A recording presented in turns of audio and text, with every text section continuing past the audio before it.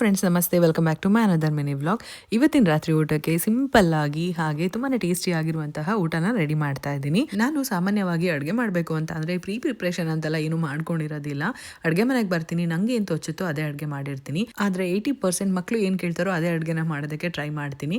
ಇವತ್ತು ನನ್ನ ದೊಡ್ಡ ಮಗಳು ಅಮ್ಮ ಸಿಂಪಲಾಗಿ ಒಂದು ಶಾವಿಗೆ ಪಾಯಸ ಮಾಡಿ ಅಂತ ಕೇಳಿದ್ಲು. ಹಾಗಾಗಿ ತುಂಬ ಸಿಂಪಲ್ ಆ್ಯಂಡ್ ಕ್ವಿಕ್ಕಾಗಿ ಆಗುವಂತಹ ಶಾವಿಗೆ ಪಾಯಸ ಮಾಡ್ತಾ ಇದ್ದೀನಿ. ಫಸ್ಟ್ ಕಡಾಯಲ್ಲಿ 2 ಸ್ಪೂನ್ ಅಷ್ಟು ತುಪ್ಪ ಹಾಕಿ ಗೋಡಂಬಿ ದ್ರಾಕ್ಷಿ 2 ಫ್ರೈ ಮಾಡ್ಕೊಂಡಿದ್ದೀನಿ. ಆದ್ಮೇಲೆ ರೋಸ್ಟೆಡ್ ವರ್ಮಿಸಿಲಿ ಹಾಕಿ 1-2 ಮಿನಿಟ್ಸ್ ಹಾಗೆ ಫ್ರೈ ಮಾಡಿ, ಶಾವ್ಗೆ ಲೈಟಾಗಿ ರೋಸ್ಟ್ ಆದಮೇಲೆ ಹಾಲು ಹಾಕಿ ನೀಟಾಗಿ ಮಿಕ್ಸ್ ಮಾಡಿ, ಹಾಲು 1 ಕುದಿ ಬಂದಮೇಲೆ ನೆಕ್ಸ್ಟ್ ಸಕ್ಕರೆ ಹಾಕಿ ನೀಟಾಗಿ ಮಿಕ್ಸ್ ಮಾಡಬೇಕು. ಫೈನಲ್ ಆಗಿ ಸ್ವಲ್ಪ ಏಲಕ್ಕಿ ಹಾಕಿ ಮಿಕ್ಸ್ ಮಾಡಿ ಒಂದೇ ಒಂದು ಕುದಿ ಬಂದಮೇಲೆ ಸ್ಟವ್ ಆಫ್ ಮಾಡಿದ್ರೆ ಆಯಿತು.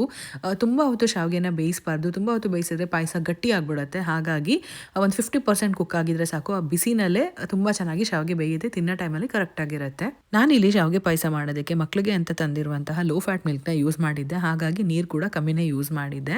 ಸೊ ನೆಕ್ಸ್ಟ್ ಇಲ್ಲಿ ಟೊಮೆಟೊ ಬಾತ್ ಮಾಡ್ತಾ ಇದ್ದೀನಿ, ತುಂಬಾ ಸಿಂಪಲ್ ಆಗಿರಲಿ ಅಂತ ಹೇಳ್ಬಿಟ್ಟು. ಮೊದಲಿಗೆ ನಾನಿಲ್ಲಿ 1.5 ಗ್ಲಾಸ್ ಅಷ್ಟು ಅಕ್ಕಿ ತೊಗೊಂಡು 2 ಸರಿ ವಾಶ್ ಮಾಡಿ ನೆನೆಸಿಟ್ಟಿದ್ದೆ. ಈ ಥರ ನೆನೆಸೋದ್ರಿಂದ ಅನ್ನ ಮೆತ್ತಗೂ ಇರುತ್ತೆ, ಹಾಗೆ ಉದುದ್ರಿಗೂ ಬರುತ್ತೆ. ಕುಕ್ಕರಲ್ಲಿ 3-4 ಟೇಬಲ್ ಸ್ಪೂನ್ ಅಷ್ಟು ಎಣ್ಣೆ ಹಾಕಿ ಚಕ್ಕೆ ಲವಂಗ ಕಸೂರಿ ಮೇಥಿ ಆ್ಯಡ್ ಮಾಡಿ, 4 ಹಸಿಮೆಣಸಿನ್ಕಾಯಿ, 1 ಈರುಳ್ಳಿ ಕೆಂಪಗಾದ್ಮೇಲೆ ಶುಂಠಿ ಬೆಳ್ಳುಳ್ಳಿ ಪೇಸ್ಟು, ಹಸಿ ಬಟಾಣಿ, ಟೊಮೆಟೊ ಆ್ಯಡ್ ಮಾಡಿ, ಪುದೀನ ಕೊತ್ತಂಬರಿ ಸೊಪ್ಪು ಕೂಡ ಆ್ಯಡ್ ಮಾಡಿ ಟೊಮೆಟೊ ಸಾಫ್ಟ್ ಆಗೋವರೆಗೂ ಬೇಯಿಸ್ಕೊಬೇಕು. ಉಪ್ಪು ಅಷ್ಟನ್ನ ಯೂಸ್ ಮಾಡಿ. ನೆಕ್ಸ್ಟ್ ಖಾರಕ್ಕೆ ಅಚ್ಕಾರದ ಪುಡಿ, ಧನಿಯಾ ಪುಡಿ, ಗರಂ ಮಸಾಲ ಹಾಕಿ ಫ್ರೈ ಮಾಡಿ, ನೆನೆಸಿಟ್ಕೊಂಡಿರುವಂತಹ ಅಕ್ಕಿ ಹಾಕಿ ನೀಟಾಗಿ ಮಿಕ್ಸ್ ಮಾಡಿ ಲೆಮನ್ ಸ್ಕ್ವೀಸ್ ಮಾಡಿ ಕುಕ್ಕರ್ ಲಿಡ್ ಕ್ಲೋಸ್ ಮಾಡಿ ಒಂದೇ ಒಂದು ಪ್ರೆಷರ್ ಬರ್ಸಿದ್ರೆ ಟೊಮೆಟೊ ಬಾತ್ ರೆಡಿ ಆಗುತ್ತೆ. ಇದಕ್ಕೆ ಕಾಂಬಿನೇಷನ್ ಆಗಿ ನಾನು ಬಿಸಿ ಬಿಸಿಯಾಗಿ ಬೋಂಡಾ ಕೂಡ ಮಾಡಿದ್ದೆ.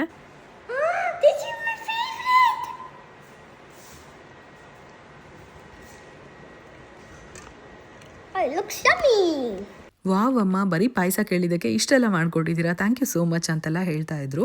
ನಾನು ಯಾವಾಗಲೂ ಹೇಳ್ತಿರ್ತೀನಿ, ಇಲ್ಲಿ ಹೊರಗೆ ನಾನು ಜಂಕ್ ಫುಡ್ ಎಲ್ಲ ಜಾಸ್ತಿ ಕೊಡಿಸಲ್ಲ ಅಂತ, ಮನೆಯಲ್ಲೇ ನೀಟಾಗಿ ಊಟ ಮಾಡಿ ಬಡಿಸ್ತೀನಿ. Thank you for watching.